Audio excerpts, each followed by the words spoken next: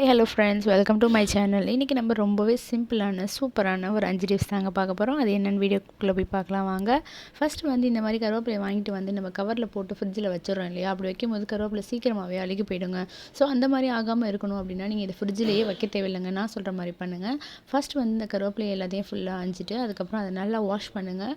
கல் உப்பு மஞ்சத்தூள் போட்டு வாஷ் பண்ணிங்கன்னா ரொம்பவே நல்லதுங்க. இப்போ இருக்க பொருளில் எல்லாத்துலேயுமே பார்த்தீங்கன்னா மருந்து போட்டு தான் விளைவிக்கிறாங்க. ஸோ இது எல்லாத்துலேயுமே நீங்கள் கல் உப்பு மஞ்சள் போட்டு வாஷ் பண்ணிக்கோங்க. வாஷ் பண்ணிவிட்டு நல்லா இதை காய விட்டுருங்க நிழலில். காய்ஞ்சதுக்கப்புறம் ஒரு துளி தண்ணி கூட இருக்கக்கூடாது. அதுக்கப்புறம் ஒரு சில்வர் பாக்ஸ் எடுத்துக்கோங்க. அதில் இந்த கருவேப்பிலையை போட்டு மூடி வச்சிங்கன்னா எத்தனை நாளாலும் நீங்கள் யூஸ் பண்ணிக்கலாங்க.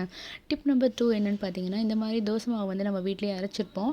அரைச்சது பார்த்தீங்கன்னா ஒரு 3 நாளைக்கு அப்புறம் தன்னாலேயே புளிச்சு போயிடும். ஸோ அது நம்மளாட்டி குழந்தைங்களுக்குலாம் கொடுக்க முடியாது. அந்த மாதிரி புளிக்காமல் இருக்கணும் அப்படின்னா நீங்கள் என்ன பண்ணணும்னு கேட்டிங்கன்னா, ஒரு பிளாஸ்டிக் டப்பாவில் வந்து இந்த மாவை ஸ்டோர் பண்ணி வைங்க.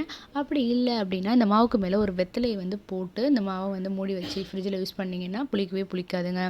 டிப் நம்பர் 3 என்னென்னு பார்த்தீங்கன்னா, இந்த மாதிரி இட்லி மாவு அரிசி மாவுலாம் இருக்கு இல்லையா? அரிசி இந்த மாதிரி அரிசியை நம்ம என்ன பண்ணுவோன்னா வீட்டில் இருக்கோம். அதில் வந்து வண்டு பூச்சி எல்லாமே வர ஆரம்பிச்சிடும். ஸோ அந்த மாதிரி வராமல் இருக்கணும் அப்படின்னா என்ன பண்ணணும்னு கேட்டிங்கன்னா, வீட்டில் வரமிளகா இருக்கும் இல்லையா? அந்த வரமிளகா எடுத்து இந்த மாதிரி ஸ்ப்ரெட் பண்ணி விட்டுங்க. அதுக்கு மேலே கொஞ்சம் கருவேப்பிலையும் போட்டு நல்லா ஸ்ப்ரெட் பண்ணி விட்டிங்கன்னா பூச்சி புழு வண்டு அதெல்லாம் எதுவுமே வராதுங்க. சப்போஸ் நொச்சி இலை உங்கள் வீட்டில் இருந்துச்சு அப்படின்னா இந்த வரமிளகாக்கு பதிலாக நம்ம நொச்சி இலையை போட்டு இந்த அரிசியை மூடி வச்சோம்னா கண்டிப்பாக வண்டு பூச்சி எதுவுமே வராதுங்க. டிப் நம்பர் 4 என்ன அப்படின்னு பார்த்தீங்கன்னா, இன்ஸ்டண்ட்டாக நம்ம டக்குன்னு ரசம் வைக்கணும்னா புளி ஊற வச்சிருக்க மாட்டோம். ஸோ அதுக்கு நம்ம என்ன பண்ணணும்னா, சோறு வடிச்ச கஞ்சி இருக்கு இல்லையா? அந்த கஞ்சியை தூக்கி அந்த புளியில் ஊற்றி நல்லா கரைச்சிங்கன்னா நல்லாவே புளி கரைஞ்சி வந்துடுங்க. இதுக்கு வந்து இங்கே ரொம்ப நேரம் புளியை ஊற வைக்கணும் அப்படின்னு அவசியம் இல்லை. ஸோ இதை ஊற்றின உடனே கொஞ்சம் நேரத்தில் ஒரு 5 மினிட்ஸில் புளி நல்லா கரைச்சி சூப்பராக ரசம் வச்சிடலாங்க. டிப் நம்பர் 5 என்னென்னு பார்த்தீங்கன்னா, இந்த வெயில் காலம் வந்ததுக்கப்புறம் நமக்கு வந்து வெளியில் போயிட்டு வந்தாலோ உடனே ஜூஸ் குடிக்கணும்னு தோணும். ஸோ நம்ம உடனே போய் ஜூஸ் போட நமக்கு டயர்டாக இருக்கும். அந்த மாதிரி டைமில் நம்ம என்ன பண்ணலாம்னு கேட்டிங்கன்னா, இந்த மாதிரி வீட்டில் இருக்கிற லெமன் எல்லாத்தையும் நல்லா புழிஞ்சிக்கோங்க ஒரு பாத்திரத்தில்.